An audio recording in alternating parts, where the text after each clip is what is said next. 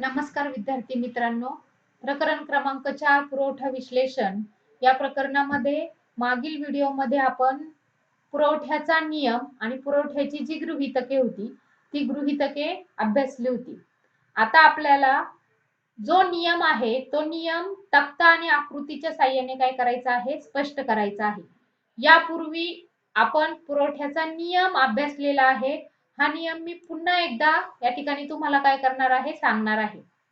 इतर परिस्थिती स्थिर असताना वस्तूच्या अधिक किमतीला जादा नगसंख्येचा पुरवठा केला जातो आणि वस्तूच्या कमी किमतीला कमी नगसंख्येचा पुरवठा केला जातो. म्हणजेच इतर परिस्थिती स्थिर असताना किंमत वाढल्यास वस्तूच्या नगसंख्येचा पुरवठा काय होतो, वाढतो. तर किंमत कमी झाल्यास वस्तूच्या नगसंख्येचा पुरवठा काय होतो, कमी होतो. अशा पद्धतीने अल्फ्रेड मार्शल यांचा नियम आपण या पूर्वीच्या व्हिडिओमध्ये काय केला होता, अभ्यासला होता. त्यानंतर जवळजवळ 8 त्या ठिकाणी गृहीतके अभ्यासली होती आणि ही 8ही जी गृहीतके आहे, जवळजवळ 7 गृहीतके आपण अभ्यासलेली होती आणि ही 7ही गृहीतके गृहीत परिस्थितीमध्ये कशी असतील तर स्थिर असतील, तेव्हाच हा नियम काय होणार आहे, खरा ठरणार आहे. आपण मागच्या व्हिडिओमध्ये ॲरोद्वारे अभ्यासलं होतं की जर वस्तूची किंमत त्या ठिकाणी काय होईल, वाढली तर पुरवठा पण काय होतो, वाढतो आणि वस्तूची किंमत कमी झाली तर पुरवठा सुद्धा काय होतो, कमी होतो. मग हेच आपल्याला काय करायचं आहे, तर पुरवठा पत्रकाद्वारे काय करायचं आहे, अभ्यासायचं आहे. फळ्यावरती मी तुम्हाला काय केलेलं आहे, पुरवठा पत्रक दाखवलेलं आहे. क्ष वस्तूची रुपयामध्ये प्रति किलो किंमत काय केलेली आहे, दर्शवलेली आहे. क्ष वस्तूची प्रति किलो किंमत रुपयामध्ये काय केलेली आहे, दर्शवलेली आहे. हा आहे पहिला कॉलम. आणि दुसऱ्या कॉलम मध्ये काय केलेलं आहे, क्ष वस्तूचा पुरवठा किलोग्रॅम मध्ये काय केलेला आहे, क्ष वस्तूचा पुरवठा नगसंख्या किलोग्रॅम मध्ये काय केलेली आहे, दर्शवलेली आहे.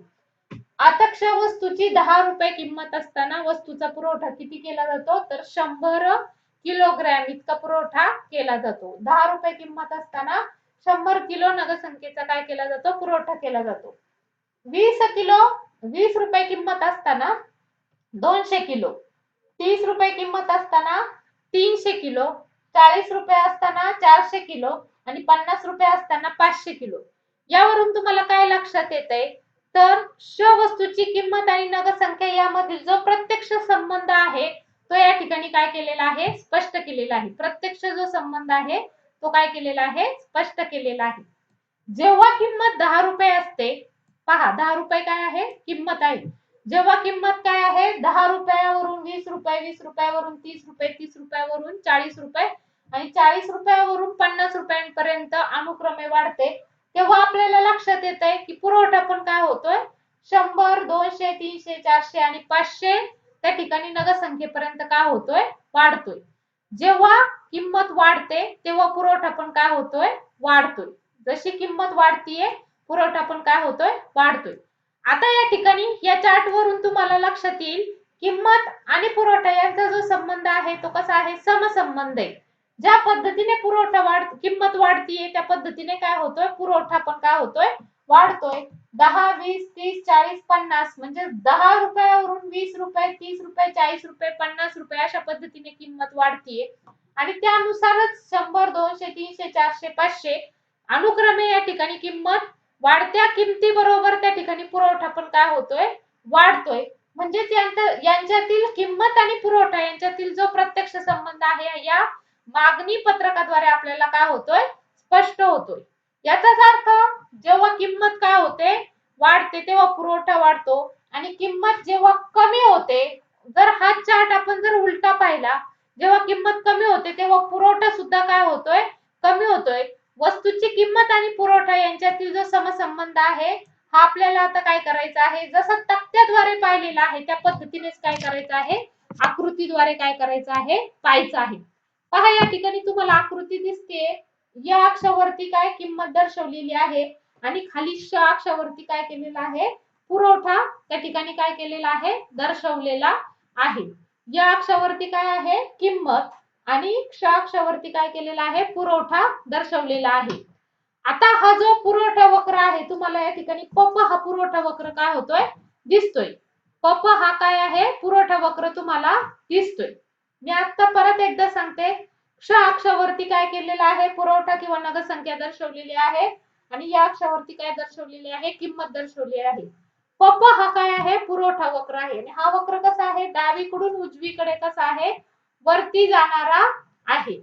हा वक्र डावीकडून उजवीकडे वरती जाणार आहे. म्हणजे 10 रुपये जर किंमत आहे तर 10 रुपये किमतीला 100चा काय केलेला आहे, पुरवठा. 20 रुपये किमतीला 200चा, 30 रुपये किमतीला 300चा, 40 रुपये किमतीला 400चा आणि 50 रुपये किमतीला 500चा. अशा पद्धतीने जर या ठिकाणी बिंदू दिले आणि हे बिंदू जर जोडले तर आपल्याला पप हा काय मिळतोय, पुरवठा वक्र मिळतोय. हा वक्र डावीकडून उजवीकडे कसा आहे, वर जाणारा असून किंमत आणि पुरवठा यांच्यातील जो प्रत्यक्ष संबंध आहे आपल्याला या आकृतीद्वारे काय होतोय, लक्षात येतोय.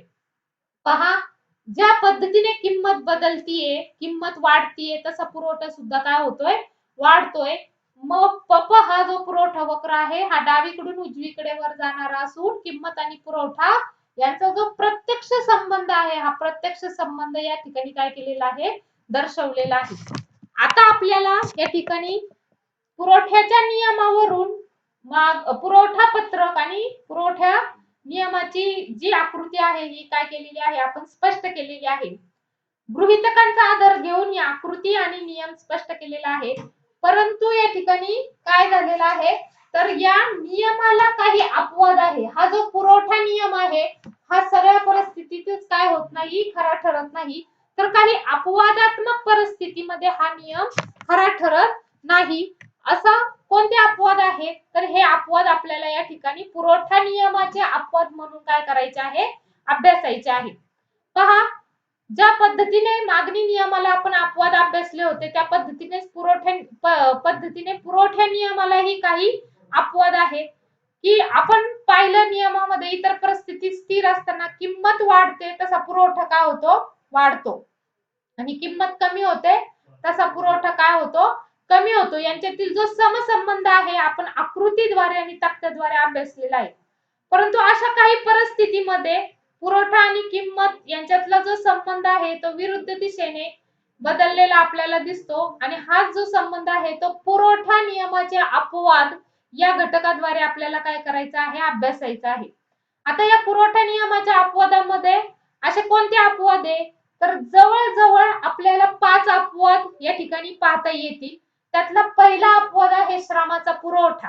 पहा, आपण पाहतो की दिलेल्या वेतन दराला श्रमिकाला केलेल्या कामाचे तास म्हणजे श्रमाचा पुरवठा. म्हणजे वेतन दर ठरलेला असतो आणि त्या वेतन दरामध्ये श्रमिकाने इतक्या वेळापासून इतक्या वेळापर्यंत काम करणं अपेक्षित असतं. म्हणजेच काय करायचं, तर आपले श्रम, आपली सेवा त्या ठिकाणी काय करायची, त्या उद्योजकाच्या किंवा त्या शेतकऱ्याच्या शेतामध्ये किंवा कंपनीमध्ये काय करायची, पुरवायची. मग दिलेल्या वेतन दरावरती श्रमिकांनी केलेल्या कामाचा तास म्हणजे श्रमाचा काय होतो, पुरवठा होय.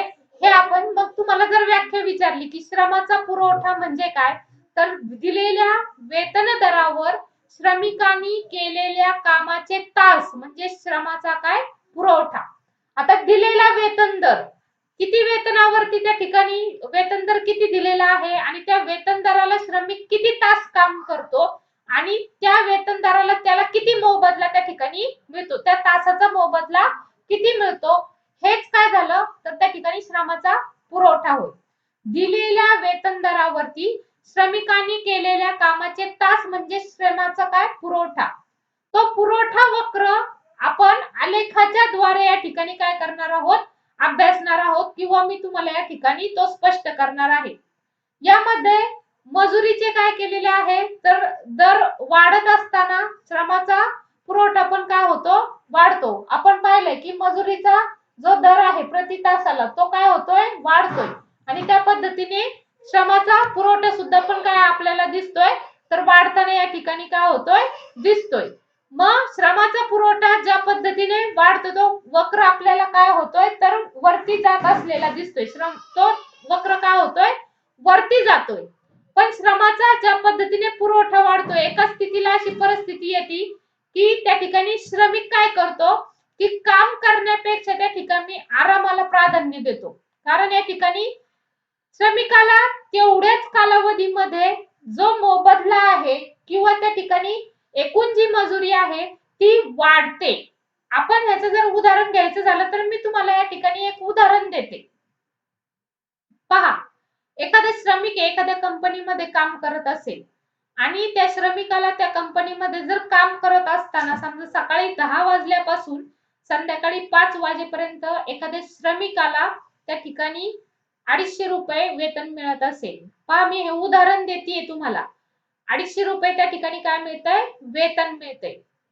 आता त्याला असं लक्षात आलंय की आपण सकाळी 10 वाजल्यापासून संध्याकाळी 5 वाजेपर्यंत आपण जर काम केलं तर आपल्याला त्या ठिकाणी 250 रुपये काय मिळतंय? वेतन मिळतंय. परंतु दुसऱ्या कंपनीमध्ये सकाळी 10 वाजल्यापासून 3 वाजेपर्यंत जर काम केलं, 3 वाजेपर्यंत जर काम केलं तर त्या ठिकाणी 250 पेक्षाही काय होतंय? जास्त वेतन मिळतंय. आणि हेच जर काम आपण सकाळी 10 वाजल्यापासून 7 वाजेपर्यंत जर केलं, समजा त्याला त्या ठिकाणी सकाळी 10 वाजल्यापासून 2 वाजेपर्यंत 250 रुपये भेटतात ते. आणि त्याला असं सांगण्यात आलं की जर दिवसभर जर काम केलं तर तुला 500 रुपये वेतन भेटेल. तर श्रमिक काय करणार आहे? पूर्वीचा जो रोजगार आहे तो काय करेल? सोडेल. आणि त्या ठिकाणी काय करेल? नवीन रोजगार जो आहे की सकाळी 10 वाजल्यापासून संध्याकाळी 5 वाजेपर्यंत जिथे त्याला 500 रुपये वेतन मिळते तो रोजगार काय करणार आहे? स्वीकारणार आहे. आता या ठिकाणी कामाचे तास त्याला जेवढं गरजेचं आहे तेवढं त्या ठिकाणी वेतन मिळते. अशा वेळेस श्रमिक काय करतो? त्या ठिकाणी आरामाचा विचार करतो की मला जेवढं आवश्यक आहे तेवढं मला वेतन या ठिकाणी मिळतंय. मग जर मी या ठिकाणी सकाळी 10 वाजल्यापासून 5 वाजेपर्यंत काम करतोय आणि मला 500 रुपये जर मिळतात आहे, तर त्या ठिकाणी तो विचार काय करेल की ठीक आहे, मी एखादा 2 तास काम जरी कमी केले तर त्या ठिकाणी पूर्वीपेक्षा तरी मला जास्तच वेतन भेटणार आहे. पूर्वी मला ते 300 भेटत होते, समजा मी 1 तास काम कमी केलं तर मला 400 रुपये तरी भेटतील. असं त्यावेळेस काय होतं? श्रमिक ठरवतो. म्हणजे त्या ठिकाणी पूर्वी जे श्रमिक पुरवत होता ते श्रम सुरुवातीला काय करतो? वाढवतो. जेव्हा त्याला असं लक्षात येतंय की आपल्याला मजुरीचा दर काय होतोय? वाढतोय, तेव्हा तो काय करतो? श्रमाचे तास पण काय करतो? वाढवतोय. पण एक अशी स्थिती येते की त्या स्थितीला तो काय करतो? श्रमाचे तास कमी करतो आणि त्याचा मजुरीचा वेतन दर काय झालेला असतो? वाढलेला असतो. म्हणजे त्या ठिकाणी काय करतो तो? आरामाला प्राधान्य देतो की मी आता इतकं काम केलं तर मला पहिल्यापेक्षाही जास्त मजुरी मिळते, तर मी त्या इतक्या तास कामांपेक्षाही त्यातले थोडे तास मी काय करतो? आराम करतो. मला तेवढीच मजुरी त्या ठिकाणी काय होणार आहे? मिळणार आहे. म्हणजेच दिलेल्या वेतन दरावर श्रमिकांनी केलेल्या कामाचा जे तास आहेत त्याला आपण श्रमाचा पुरवठा म्हणतो. आणि हा पुरवठा वक्र आपल्याला या ठिकाणी काय करायचा आहे? आलेखाच्या साहाय्याने काय करायचं आहे? पाहायचं आहे. मग हा पाहत असताना मजुरीचा दर वाढत असताना कामाचे तास किंवा श्रमाचा पुरवठा पण काय होतो? वाढतो. आपल्याला दिसतंय की वेतन दर प्रति तास किती आहे? 100 रुपये. कामाचे तास दर दिवशी म्हणजे 5 तास काम केल्यावरती श्रमिकाला 100 रुपये मिळतात. ते 5 तास त्या ठिकाणी काय करायचे? तर दर दिवशी प्रति तासाला 100 रुपये मिळतात. ते म्हणजे 5 गुणिले 100 जर केले तर एकूण मोबदला त्याला त्या दिवसाचा किंवा त्या तासाचा किती मिळतोय? तर 500 रुपये त्या ठिकाणी मिळतो. आता काय केलं श्रमिकाने? प्रति तास त्या ठिकाणी त्याचा काय झालाय? तर वेतन दर वाढलंय आणि 100 रुपयावरून प्रति तासाला त्याला किती मिळतात? ते 200 रुपये मिळतात. मग तो काय करतो? 200 रुपये मिळतात आहे म्हणून ओव्हर टाइम करायला सुरुवात करतो. पूर्वी तो किती तास काम करत होता? 5 तास काम करत होता. आता त्याने कामाचे तास काय केले? वाढवले आणि 5 वरून तो किती वरती गेला? 7 तासावरती गेला. कारण काय झालंय? वेतनाचा दर जो आहे तो काय झालाय? वाढलाय. आणि मग त्याला त्या ठिकाणी जास्त पैसा मिळावा म्हणून त्या ठिकाणी त्याचं वेतनाचे जे तास आहे, काम करायचे जे तास आहे ते पण काय केले? वाढवले. पूर्वी 5 तास काम करत होता, आता तो 200 रुपये प्रति तासाला किती? 7 तास काम करू लागला. मग 7 दुने 14 म्हणजेच त्याला त्या ठिकाणी 2 तास जास्त काम केल्यामुळे त्याला किती पैसे मिळू लागले? 1400 रुपये मिळू लागले.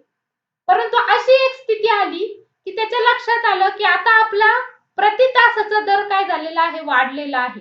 पूर्वी तो 200 होता, आता किती झाला 300 या ठिकाणी झाला. एका तासाला त्याला किती मिळतात 300. आणि मग त्याने काय केलं, जे 7 तास काम करत होता त्यातला 1 तास त्याने आरामाला प्राधान्य दिलं. म्हणजे या ठिकाणी त्याने विश्रांती घेणं काय केलं पसंत केलं. श्रमिक विश्रांतीच्या अपेक्षेने श्रमाचा पुरवठा या ठिकाणी काय करतो कमी करतो. म्हणजे तो 7 तास त्या ठिकाणी दर दिवशी 7 तास काम करत होता, आता त्याने काम त्या ठिकाणी काय केलं 1 तास 1 तास काय केलं त्या ठिकाणी आरामाला प्राधान्य दिलं आणि त्या ठिकाणी 1 तास तो काय करू लागला आराम करू लागला आणि 6 तास काम करू लागला. मग साहित्रिक 18 पूर्वीपेक्षाही त्याचं एकूण मजुरी काय झालेली दिसते आपल्याला वाढलेली दिसते. म्हणजेच काय झाली 1800 इतकी त्याला 6 तास काम करून सुद्धा त्या ठिकाणी 1800 रुपये म्हणजे जास्त मजुरी मिळते आणि प्लस त्याचा 1 तास त्या ठिकाणी काय होतो आराम सुद्धा होतो. मग या ठिकाणी जर या तक्त्यावरून जर आपण आकृती काढली तर ही आकृती आपल्याला कशी दिसते, तर ही आकृती आपल्याला काय दिसते पहा. 100 त्या ठिकाणी मजुरी प्रति तासाला पहिली किती होती 100. 1 तास जर त्याने काम केलं तर मजुरी किती होती 100 इतकी रुपये मजुरी इतकी होती. आणि कामाचे तास पहा दिलेले आहे. जे कामाचे तास आहेत ते या ठिकाणी अक्षावर दर्शवलेली आहेत आणि या अक्षावरती मजुरी प्रति तास किती आहे ती या ठिकाणी दर्शवलेली आहे. आता मजुरी प्रति तास किती आहे 100 200 300 दाखवली पहा. या अक्षावरती मजुरी दाखवली 100 200 300 आणि कामाचे तास किती आहेत ते दाखवले अक्षावरती 5 तास 6 तास आणि 7 तास अनुक्रमे ते दाखवले 5 तास 6 तास आणि 7 तास. मग 100 प्रति तास काम केल्यावरती वेतन दर 100 त्या ठिकाणी 5 तास काम केल्यावरती किती मिळतोय तर 100 मिळतोय. त्या ठिकाणी काय केलं पॉइंट दिला. पुन्हा त्या ठिकाणी 200 रुपये प्रति तासाला त्या ठिकाणी 7 तास काम केलं. मग आता 200 ला जर केलं तर 7 तास त्याने काय केलं काम केलं. या ठिकाणी दुसरा बिंदू काय केला घेतला. त्यानंतर 6 तासाला त्या ठिकाणी 300 रुपये एका तासाला 300 रुपये आणि त्याने काय केलं 6 तास म्हणजे त्या ठिकाणी 1 तास काय केलं कमी केला. 1 तास त्या ठिकाणी विश्रांतीला त्याने प्राधान्य दिलं. साहित्रिक 18 म्हणजे त्या ठिकाणी काय केलं त्याने 300 मजुरी प्रति तासाला त्या ठिकाणी काय केलेलं आहे 6 तास काम केलेले. आता हे बिंदू दिले आणि हे बिंदू काय केले जोडले. पहिला जो बिंदू आहे तो जोडला त्या ठिकाणी 7 तासाला पहिला 5 नंतर 7 आणि नंतर तो किती आहे पुढचा जो आहे तो म्हणजे किती 6 असा जोडला आणि त्याचा जो वक्र काढला तो जर वक्र काढला तर या ठिकाणी आपल्याला मिळतोय नप आणि नप1 असा वक्र या ठिकाणी. म्हणजे सुरुवातीला काय झालं तर सुरुवातीला 5 तास श्रमिक काम करत होता 100 रुपये प्रति तासाला त्याला काय होत होते मिळत होते. नंतर हा वक्र आणखी पुढे गेलेला तुम्हाला दिसतो. त्याने काय केलं तर त्या ठिकाणी 6 तास काम काय केले 5 तासावरून त्या ठिकाणी 7 तास काम केलेलं दिसतंय बरोबर आहे. मग 7 तासाला त्या ठिकाणी काय केलं तर दाखवलं आणि त्याच्यानंतर त्याने काय केलं 6 तास काम केलं. आता हे जे वक्र जर जोडले तर प न आणि त्या ठिकाणी न प1 हा असा वक्र काय होतोय मिळतोय. आणि हा जो वक्र आहे सुरुवातीला तो काय झालेला आहे वरती चढत गेलेला आहे आणि नंतर पुन्हा काय झालेला आहे तो मागे फिरलेला आहे. नंतर तो पुन्हा काय झालेला आहे मागे फिरलेला आहे. म्हणजेच या ठिकाणी नप1 मागे वळणारा श्रमाचा पुरवठा वक्र आपल्याला काय होतोय दिसतोय. नप1 हा श्रमाचा पुरवठा काय होतोय मागे सुरुवातीला तो काय होतोय चढत जातोय आणि नंतर त्या ठिकाणी मागे फिरतोय. म्हणजे त्या ठिकाणी काय आहे श्रमिकाने कशाला महत्व दिलेलं आहे श्रमाला महत्व दिलेलं आहे. मग या ठिकाणी पुरवठा नियम खरा ठरेल का. ज्या पद्धतीने किंमत वाढतीये त्या पद्धतीने काय होतोय पुरवठा वाढतोय हे नियम सांगतोय. पण इथे काय दिसतंय किंमत वाढली 100 200 300 अशी किंमत वाढलेली आहे परंतु त्या ठिकाणी श्रमाचा जो पुरवठा आहे तो वाढलाय का तर नाही. तो काय झालाय कमी झालाय. पहिला तो 5 होता नंतर तो वाढला एकदम 7 झाला आणि नंतर काय झालेला आहे 6 झालाय. म्हणजेच काय झालाय कमी झालाय. म्हणजेच श्रमाचा पुरवठा वक्र या ठिकाणी काय दिसतोय तर मागे फिरणारा पुरवठा वक्र दिसतोय, मागे वळणारा हा पुरवठा वक्र काय होतोय, दिसतोय. त्यानंतर दुसरा जो अपवाद आहे तो आपल्याला पाहायचा म्हटलं तर दुसरा अपवाद कोणता आहे, तर त्या ठिकाणी तो आहे कृषी उत्पादन. आता आपण जर कृषी उत्पादन पाहिलं तर विशिष्ट वेळी आपण शेतीमध्ये उत्पादन घेत असतो आणि हा उत्पादित होणारा शेतमाल या नियमाला अपवाद नाही असे या ठिकाणी सांगता येईल. की आपण म्हणलं की किंमत वाढली की पुरवठा काय होतोय, वाढतोय. परंतु त्या ठिकाणी शेतीमालाच्या बाबतीत असं आढळत नाही, कारण शेतीचं उत्पादन हे हंगामावर अवलंबून असतं. हवामान जर प्रतिकूल असेल तर त्या प्रतिकूल हवामानाला त्या ठिकाणी काय होतं, तर बदल झाल्यास शेतीचं उत्पादन कमी होईल आणि हवामान जर अनुकूल असेल तर त्या ठिकाणी उत्पादन निश्चितपणे काय होणार आहे, वाढणार आहे. मग हवामान कसं आहे त्याच्यावरती कृषी उत्पादन काय असतं, अवलंबून असतं. मग विशिष्ट वेळी उत्पादनात होणारा शेतमाल, विशिष्ट वेळी उत्पादन होणारा शेतमाल या नियमाला अपवाद नाही, कारण शेतीचं उत्पादन कसं आहे, हंगामी असतं. हवामान जर प्रतिकूल बदल झाले तर शेतीचं उत्पादन काय होतं, कमी होतं आणि जर अनुकूल बदल झाले तर शेतीचं उत्पादन काय होतं, वाढतं. मग जास्त किंमत असूनही वस्तूचा पुरवठा त्या कालखंडामध्ये वाढवता येणार नाही, कारण त्या ठिकाणी 1-2 तासात शेतीचं उत्पादन वाढवता येत नाही. त्याला विशिष्ट हंगाम त्या ठिकाणी जावा लागतो, तेव्हाच त्या ठिकाणी शेतीचा पुरवठा काय करता येणार आहे, वाढवता येणार आहे. म्हणून कृषी उत्पादन आहे हे या नियमाला काय आहे, तर अपवाद त्या ठिकाणी ठरते आहे. त्यानंतर जो तिसरा घटक आहे तो अतिशय महत्वाचा आहे आणि तो म्हणजेच काय, तर त्या ठिकाणी रोख रकमेची तीव्र गरज. पहा, जर विक्रेत्याला रोख रकमेची तीव्र गरज असेल तर विक्रेता आपला माल काय करतो, बाजारात किमतीपेक्षा कमी किमतीला काय करतो, विकतो आणि पुरवठा त्या ठिकाणी काय करतो, वाढवतो. उदाहरणार्थ एखादा बाजारपेठेमध्ये विक्रेता घ्या, त्याला जर अचानकपणे पैशांची गरज जर निर्माण झाली तर तो काय करतो, ही पैशांची गरज भागवण्यासाठी तो काय करतो, आपल्याकडे असणाऱ्या वस्तूंचा जो पुरवठा आहे तो बाजारपेठेमध्ये काय करतो, आणतो आणि आहे त्या किमतीला त्या ठिकाणी तो काय करतो, विकतो आणि रोख रक्कम घेतो आणि बाजारातनं काय होतो, बाहेर पडतो. मग आहे त्या किमतीला तो काय करतो, तो बाजार माल काय आहे, विकतो किंवा पुरवठा वाढवून आपल्याकडे शिल्लक असलेला जो पुरवठा आहे तो वाढवतो. जेवढी जास्तीत जास्त रक्कम आपल्या हातात मिळेल तेवढी घेतो आणि त्यामुळे त्या ठिकाणी आपल्याला दिसतं की अचानकपणे किंमत वाढत नसतानाही तो जास्त प्रमाणात विक्री करतो आणि त्यामुळे पुरवठ्यात वाढ होते. पहा, जर विक्रेत्याला रोख रकमेची तीव्र गरज असेल तर विक्रेता आपल्याला माल बाजारात किमतीपेक्षाही कमी किमतीला काय करतो, विकतो किंवा पुरवठा वाढवेल. किंमत कमी वाढत नसतानाही विक्री करेल आणि त्यामुळे पुरवठ्यात काय होईल, वाढ होईल. मग या ठिकाणी रोख रकमेची तीव्र गरज हा तिसरा पॉइंट सुद्धा त्या ठिकाणी काय आहे, तर पुरवठा नियमाला काय आहे, अपवाद आहे. त्यानंतर चौथा म्हणजेच काय, तर नाशवंत वस्तू. नाशवंत वस्तूंच्या बाबतीत सुद्धा आपल्याला या ठिकाणी दिसतं की नाशवंत वस्तूंच्या बाबतीत नुकसान टाळण्यासाठी विक्रेता काय करतो, कमी किमतीला जास्त पुरवठा करून त्या वस्तू काय करतो, संपवण्याचा प्रयत्न करतो. उदाहरणार्थ भाजीपाला घ्या, अंडे घ्या, यासारखे जे नाशवंत पदार्थ आहेत, दूध घ्या, मांस घ्या, अशा प्रकारचे नाशवंत जे पदार्थ आहेत ते ठराविक कालावधीमध्येच त्या ठिकाणी काय करावे लागतात, संपवावे लागतात किंवा खावे लागतात. मग अशा वस्तूंना मिळेल त्या किमतीला त्या ठिकाणी त्याचा पुरवठा जास्त करून त्या ठिकाणी त्या काय केल्या जातात, संपवल्या जातात आणि पुरवठा जास्त करून त्या वस्तू संपवून त्याचा पुरवठा संपवला जातो.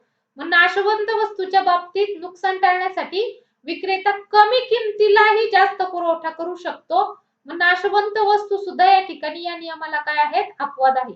आणि त्यानंतर सगळ्यात शेवटचा मुद्दा म्हणजेच काय, तर दुर्मिळ वस्तू. दुर्मिळ वस्तूंच्या बाबतीत सुद्धा आपल्याला असं दिसतं की ज्या वस्तू सहजासहजी उपलब्ध होत नाहीत अशा वस्तूंचा पुरवठा अचानकपणे वाढवता येत नाही, की हा जो घटक आहे दुर्मिळ वस्तू हा सुद्धा पुरवठ्याच्या नियमाला काय आहे, अपवाद आहे. पुरवठा नियम या ठिकाणी दुर्मिळ वस्तूंच्या बाबतीत सिद्ध होत नाही. उदाहरणार्थ दुर्मिळ चित्रे घ्या, नाणी घ्या, मौल्यवान वस्तू घ्या, या वस्तूंची निर्मिती पुन्हा करता येत नाही, म्हणून अशा वस्तूंच्या किमती वाढल्या तरी पुरवठा वाढवता येत नाही. उदाहरणार्थ एखादं दुर्मिळ चित्र एखाद्या त्या ठिकाणी प्रदर्शनामध्ये ठेवलंय आणि अचानकपणे असंख्य लोकांना त्या ठिकाणी ती वस्तू हवी असेल, तर तो चित्रकार अचानकपणे त्या वस्तूचा पुरवठा किंवा त्या चित्राचा त्या ठिकाणी जास्तीत जास्त चित्र तयार करून देऊ शकत नाही. त्याला ठराविक कालावधी जावा लागतो. मग अशा प्रकारे किंवा ज्या दुर्मिळ चित्र आहे ती अचानकपणे वाढवता येऊ शकत नाही. मग या ठिकाणी जरी त्याची किंमत वाढवली तरी त्या वस्तू त्या ठिकाणी वाढवता येणार नाही. मग दुर्मिळ वस्तू, ज्या वस्तू सहजासहजी उपलब्ध होत नाहीत, अशा ज्या वस्तू आहेत त्यांना दुर्मिळ वस्तू असं म्हटलं जातं. अशा वस्तूंच्या बाबतीत सुद्धा पुरवठा नियम सिद्ध होत नाही, कारण दुर्मिळ चित्रे, नाणी, मौल्यवान वस्तू इत्यादी या वस्तूंची निर्मिती पुन्हा करता येत नाही, म्हणून अशा वस्तूंच्या किमती वाढल्या तरी पुरवठा वाढवता येत नाही. म्हणून या ठिकाणी हा जो नियम आहे पुरवठ्याचा नियम, या पाचही घटकांच्या बाबतीत तो खरा ठरत नाही. एक काय, श्रमाचा पुरवठा, दुसरा कृषी उत्पादन, तिसरा रोख रकमेची तीव्र गरज, चौथा नाशवंत वस्तू आणि पाचवा दुर्मिळ वस्तू. या 5 घटकांच्या बाबतीत पुरवठ्याचा नियम खरा ठरत नाही, म्हणून हे पाचही घटक या ठिकाणी पुरवठ्याच्या नियमाला काय आहेत, अपवाद आहे. यानंतरचा जो घटक आहे पुरवठ्यातील विचलन, हा घटक आपण पुढच्या व्हिडिओमध्ये काय करणार आहोत, अभ्यासणार आहोत. धन्यवाद.